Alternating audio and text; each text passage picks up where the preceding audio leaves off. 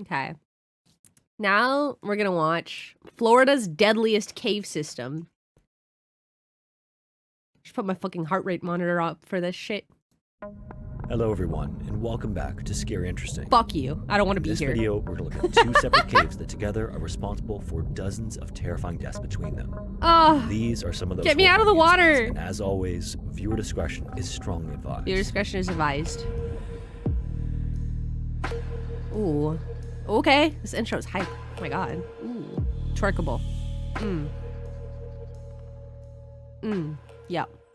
On the night of May 11th, 1990, 8 members of the Florida Speleological Researchers, or FSR, readied themselves for a dive at the Sand Hill Boy Scout Camp. Not the Boy Scout camp.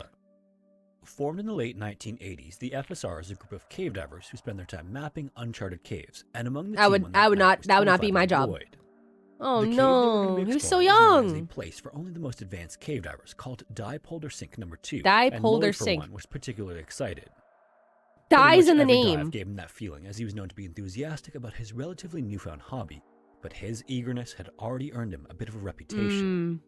The Sand Hill Boy Scout Camp lies almost directly in the middle of the town of Brooksville and Weeki Wachee Springs in Hernando County, Florida. Weeki Wachee Springs. When the last member of the Diepolder family died in the 1970s, the land that was once private property was given over to the Boy Scouts. Since then, the property's I have chills. Interest to some of cave diving's biggest names. Known as the Diepolder Sink, the system is actually made up of two separate areas, Diepolder Sink Number 2 and Diepolder Sink Number 3. How many fucking sinks are there? Cave divers from all over the world. With a maximum depth of 360 feet, or about 110 meters, it's the deepest known underwater cave in the continental US. And with its depth, a couple of beautiful large rooms, it's garnered interest from names like Sheck Exley, who literally wrote the book. Oh my god, I literally have fucking goosebumps. I'm so fucking horrified. After the land was donated to the Boy Scouts, Sheck wasted very little time in performing a dive in Diepolder Number 2 to the maximum depth level in 1980. On the night put a of May fucking 11th, drone down. I know it's no one was 1980, trying but to put a reach the fucking robot down 360 there. foot Fuck. The FSR would instead be conducting several surveying dives in groups of 2 that would enter the cave at staggered times. And first up was Lloyd and his partner. Oh, Lloyd's gonna die. The plan was a fairly simple one. Play-Doh mix, hello, hi. A circuit that would take them into an area called the ballroom and to depths in excess of 200 Why is it feet called or the ballroom? 61 Fuck you. meters. For Lloyd, however, this dive would also have a secondary meaning. Divers when Not they have a only loving was it family his of first 5 at dive home. At the sink, but Oh it was my also god, a yeah. chance for him to set a new personal depth record. Oh When the pair were no. equipped with tanks, they submerged into Diepolder Number 2 and The disappeared room of into the balls. night.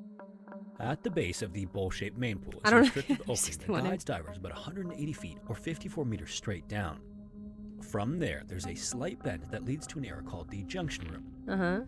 After negotiating the extremely narrow entrance and making it to the bend in the tunnel, the two divers were greeted with a bit of an Don't sue unwelcome me sight. in. I'm feeling claustrophobic. As they made their way toward the junction room, visibility inside Diepolder Number 2 essentially dropped to 0. Just prior to the dive, this part of Florida had experienced some heavy rains. Why would you go into a fucking underwater cave after heavy rain? I don't know why you would do that. So this wasn't a huge issue. The two then pressed on through the junction room. And Oh, I don't like eventually showing. Don't show me upper pictures of the circuit cave. guideline they were following. At some point, one of the divers experienced a buoyancy problem, which was a minor issue that was quickly addressed before they continued on. Oh, they addressed it. Okay. Continuing along the lower circuit guideline now, they made their descent to 250 feet or 76 meters. When they did, Lloyd had officially reached the deepest point of his young cave diving career, but that's when the first signs of real trouble made themselves known. Leave! Lloyd's partner watched as Lloyd briefly let go of the lower circuit guideline and descended further and faster than he was supposed to. Ooh, that's when bad. He lost the lower circuit guideline as well. He seemed almost confused with the situation, and his partner saw him swing rapidly deeper into the cave. Oh no. His partner continued after him though, and soon they both found themselves inside the massive Oh ballroom no, section. he And wanted within to its help clear his waters, partner. He was able to regain a handle on the lower circuit guideline. For a moment, it seemed like the panic or confusion or whatever it was had dissipated. Then, believing that Lloyd was now heading toward the exit, because again, this was a circuit, Lloyd's partner started to make his own way out of the cave. Oh no, Lloyd didn't come out, Because did of the he? extreme depths the pair had reached, decompression stops were required on the way up. Yeah. As Lloyd's partner began his decompression stops, though, he couldn't help but notice that he didn't see Lloyd in front of him or behind him. Oh, This continued to be the case as the partner no. performed several more stops, but it wasn't until the 30-foot or 9-meter stop that concern began to set in. While inside You'd the be able to main see him by entrance basin, then. the partner actually turned back around and started to search for Lloyd, but found no sign of him anywhere. After a few moments of looking around, he surfaced completely, hoping that Lloyd would already be there, but he wasn't. Again, with the silt in the cave, it seemed possible he could have simply passed him without realizing.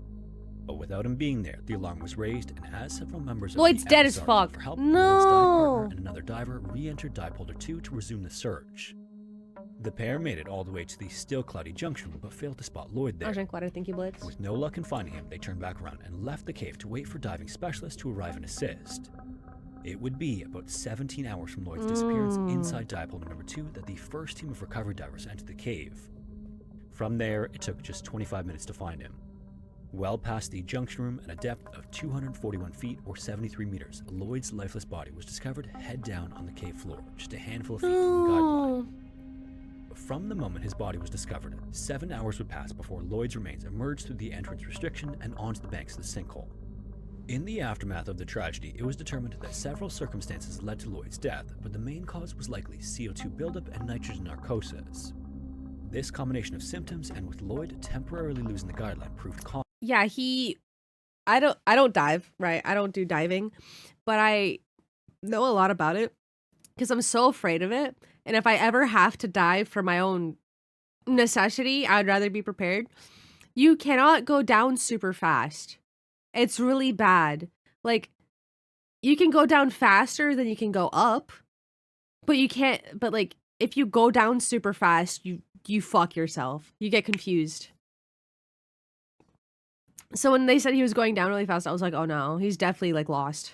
Costly. Even in the best of conditions and circumstances, losing sight or hold of the guideline can be a terrifying situation for even the most experienced divers. Being relatively new to cave diving as compared to the others, such a scenario in low visibility water likely caused Lloyd to panic. Narcosis can also lead to more intense panic than you'd otherwise feel. He ran out of oxygen. This also would have increased his respiration, which then would have put him well on the path to completely blacking out. Recovery divers reported that Lloyd's mask was still in place when his body was found, and he still had his regulator in his mouth. This led them to the conclusion that he blacked out, sank to the bottom, and eventually ran out of air and drowned. Horrific. He was so young, 25. Just oh my under God. a decade later, 29-year-old Guido came. Oh my God, we're back in this cave, no! Spring of 1999 to see Diepolder's massive depth for himself. Ugh. By that year as well, entering and touring Diepolder number 2 came with a list of requirements to be permitted entry. Divers had to be I able feel to prove sick. they'd accomplished cave dives in at least 5 other systems. And Oh, look at all these requirements. Hold on. Full cave training, completed 100 cave. That's a lot. 100 cave dives. Certification for Trimix. I don't know what that is, but I'm sure it's like important. And good standing with the Florida speleological researchers. Completed 3 dives in Diepolder number 3. Oh, that's the other one. Single guide with maximum of 2 guests. That's good. That's good. At least one of the guests completed 5 dives in Diepolder number 2. So only one first timer at a time. The cave has to up its KD ratio. It says cave systems. Oh God, I guess it is. I guess it is about the same fucking cave. It's the deadliest cave. They should take out the S. It's the one system. Their belt. However, Guido's experience fit the bill, and he was eager to make the long trek to Florida. He even planned to write a magazine article about his experience. Oh, he's Italian. Oh my God. Because this along poor guy. with its depth and challenging environment. Oh, I died in Diepolder is America. known for its Oh, waters how? and I often dove in a described as fucking gin Florida clear. cave. And Guido made sure to have his camera in tow so he could take plenty of photographs. The day finally came on April 26, and Guido arrived at the Sandhill Boy Scout camp with his travel partner Simone. The pair would be guided by Sandra, a highly experienced guide who had logged plenty of dives at Diepolder number 2. At around Sandra was 5 p.m. fired that after day, this, wasn't the 3 she? stood along the banks of the sinkhole and got some necessary paperwork out of the way first, before suiting up with loads of dive equipment, including Became a several Florida bottles of man. mixed Oh gas. my God. According to their dive plan for the day, the 3 would reach depths close to 300 feet, and as seen in the previous story, breathing surface air at such depths can be incredibly dangerous due to nitrogen narcosis. To avoid this, as diving advanced, divers began to use a mixture of gas containing far less nitrogen at depths beyond 100 feet or 30.5 meters. Once everyone was ready to go, the 3 divers entered the pool and began to A Florida descend to the statistic? bottom. No. They then entered the 180-foot narrow vertical drop for a long descent. After carefully navigating that section, they made their way into the junction room before continuing on toward the main event of their dive, the massive ballroom. According to some sources, the room is almost as big as a basketball arena and is notorious among cave divers for its size, beauty, and marine life. Oh. Its crystal clear waters only add to this, and to divers, it must feel like a bit like being in outer space upon entering it for the first time. Guido, likewise, was in awe of the room once the three divers made it there, and they began a slow exploration afterward. They ascended to the ceiling of the chamber and slowly followed it all the way around, with Guido taking photos the entire time until they were back at the entrance to the room. He makes it out, right? No, he's not For gonna all make it intents and out. Oh, purposes, the dive was man. complete at this point, and they began heading back toward the junction room and the narrow chute that would lead them out of the cave. The journey back, however, would take a bit of time. Just like the previous story, because of the depths they reached and the time they spent there, the three divers would have to perform decompression stops. How many stops and how long they would need to spend at each is determined by a dive computer the divers wear on their wrists that keep track of how deep that's they go convenient. and how long they spend there. As divers ascend, as with on their way down, their gas will also need to change, so it's not uncommon for them to stash different mixtures at various stops on the way in. It's also not uncommon for divers to have a bottle of pure oxygen on deep dives. Oh, what's gonna go wrong? This is because about the pure gas, isn't oxygen it? Can actually reduce decompression time, but importantly, this can only be used about 20 feet or about 6 Oh, meters from the no. surface. Unfortunately, this is not what happened on this dive. Oh no! Among the tanks on Guido's back was a bottle of pure oxygen, but instead of leaving it at the decompression stop upon entering Diepolder number 2, he carried it with him throughout the dive. No! As the three continued their ascent, they stopped at the 120-foot mark to decompress, and Guido took the regulator from one tank out of his mouth and replaced it with another. Then he took a deep breath and immediately started convulsing uncontrollably.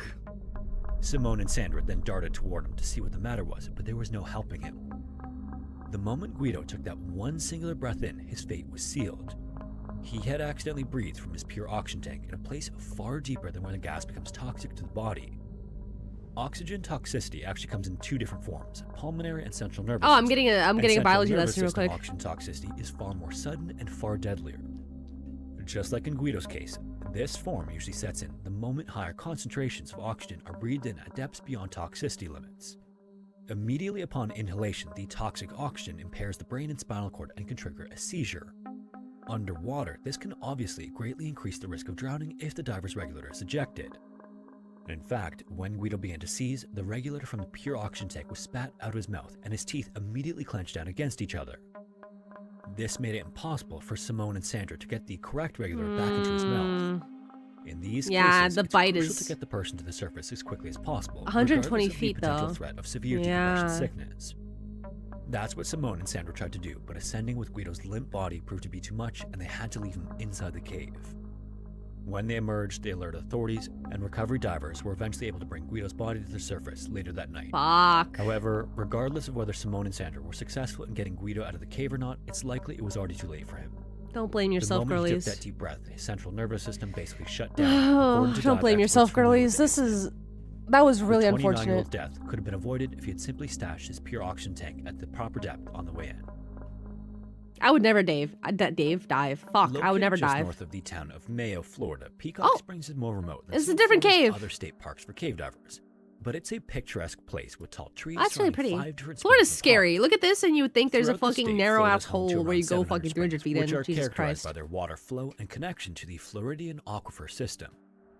And among the 5 diveable sites at Peacock Springs, which include more than 10 miles of mapped cave tunnels, Jesus. this system, known as Peacock Springs 3, is considered the most challenging. You'd That's never what be made able to what dive. happened there Absolutely on April not. 9th, I would never be a 1990 diver. all the more Absolutely horrifying. fucking not. I hate caves. I hate 2 diving. adults and a Fuck child you. suited up on the banks of P3 as they readied themselves for the dive. Since none of the 3 were named in the source material, they've been given pseudonyms to avoid any confusion. Okay. At 53 years old, Jim was visiting from the Atlanta area with his 10-year-old son Matthew, Oh, and while the reason no. for their visit to Florida was never reported, the two apparently had a bond over diving. 2 years earlier, Jim had gone through a cavern diving course and earned a certification, although he was not cave diving certified, which are apparently distinct from one another. Are His they? son, meanwhile, was What the far fuck? too young to even be considered for open water certification at the time. The third man, Paul, was a classmate of Jim's in the cavern diving course Oh, he took, no, and these just like are Jim, people Paul who wasn't shouldn't cave be diving in certified either. Anywhere none of them near would be cave recommended diving. to dive a place as challenging as P3 anytime soon. When all 3 were ready to go, they entered the spring and descended. Paul led the way toward the entrance to P3, which sits at a depth of around 25 feet below Oh the surface. no. Once they got there, Paul pulled out a spool of rope and affixed it to just outside the entryway to serve as a guideline for the 3 divers. At the very least, this was a great idea considering their inexperience. Yeah, I feel like the rope fell out. When this was complete, they passed into the cave entrance, and right away, a silt-out occurred.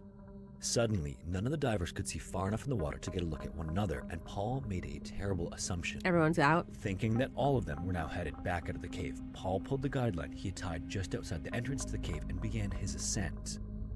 Once he reached clear water, however, Paul spotted Matthew on his way up to the surface, but it was immediately apparent that Jim was missing. Back inside the cave, Jim was in serious trouble. He was lost in the silt-out and couldn't tell which direction he had to go to get out of the cave without No, a guide to the help him. dad's dead. For some untold amount of time, Jim likely tried to feel his way around the walls for a way out, stirring up more silt and making his situation worse until his air tanks ran out and he drowned. Oh, that's horrifying. His son, meanwhile, was just dozens of feet above him, waiting for him to resurface.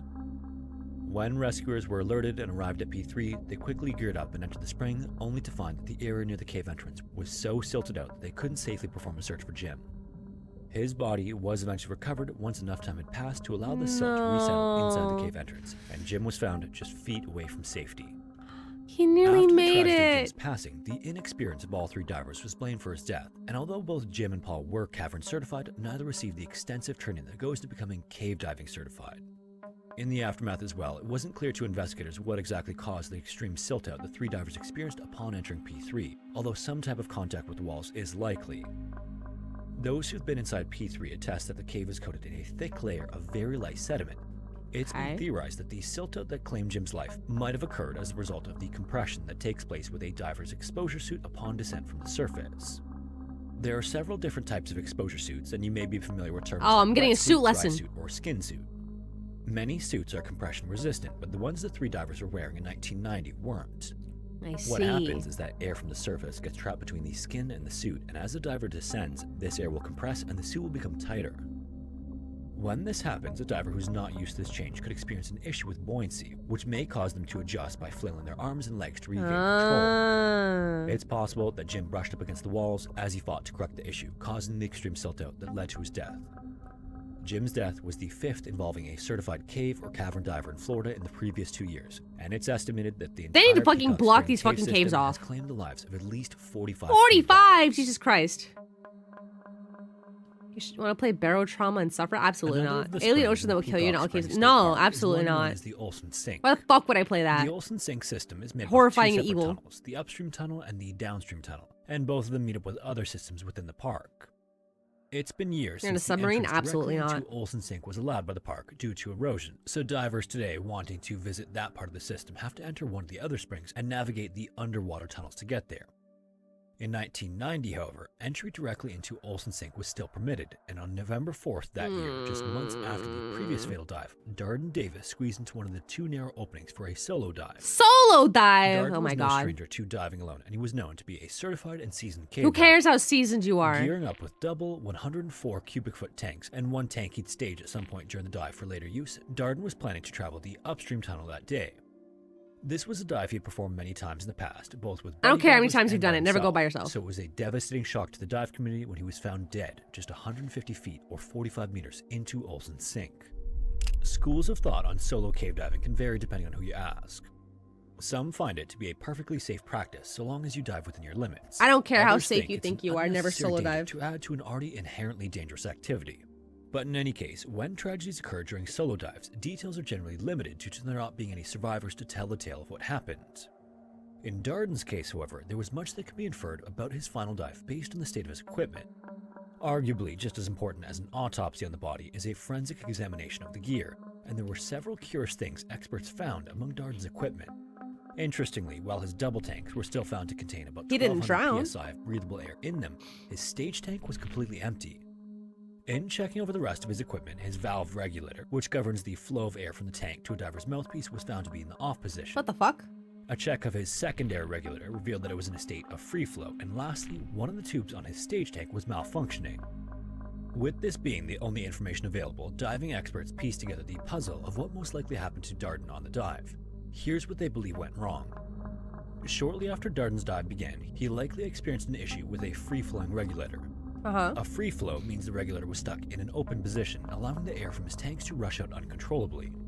The cause of the free flow wasn't determined, but in general, free flow can occur due to a variety of reasons, from degraded or malfunctioning equipment to cold water freezing the valves. Okay.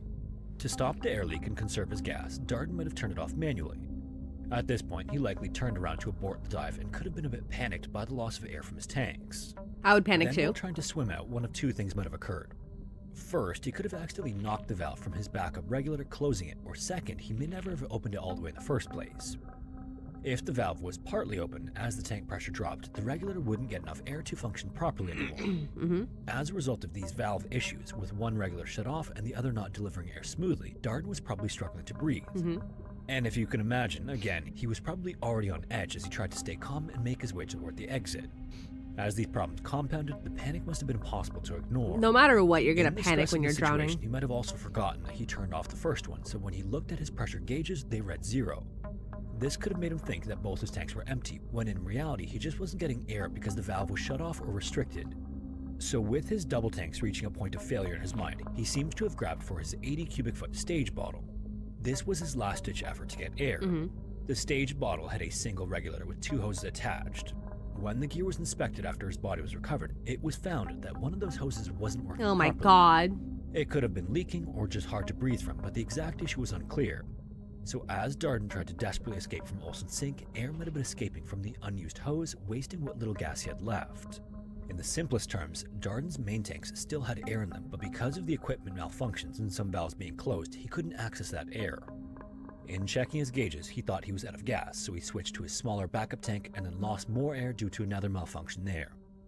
In essence, his death seemed to have resulted from a tragic chain reaction of equipment issues. Yeah, don't cheap out on your gear. compounded Always by get them confusion, inspected. Stress, and likely If I was a cave diver, I would buy new equipment If you every made it this goddamn far, time. Thanks so much for watching.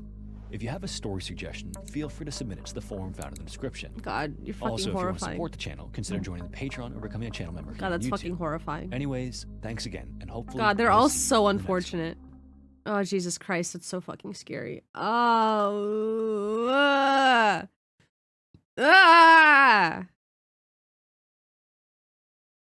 Fuck cave diving, dude. Oh, fuck. Ew. Ugh. The fuck would you ever dive in a cave? Absolutely fucking not. Absolutely not. That's horrific. Oh my god. Ugh. Ugh.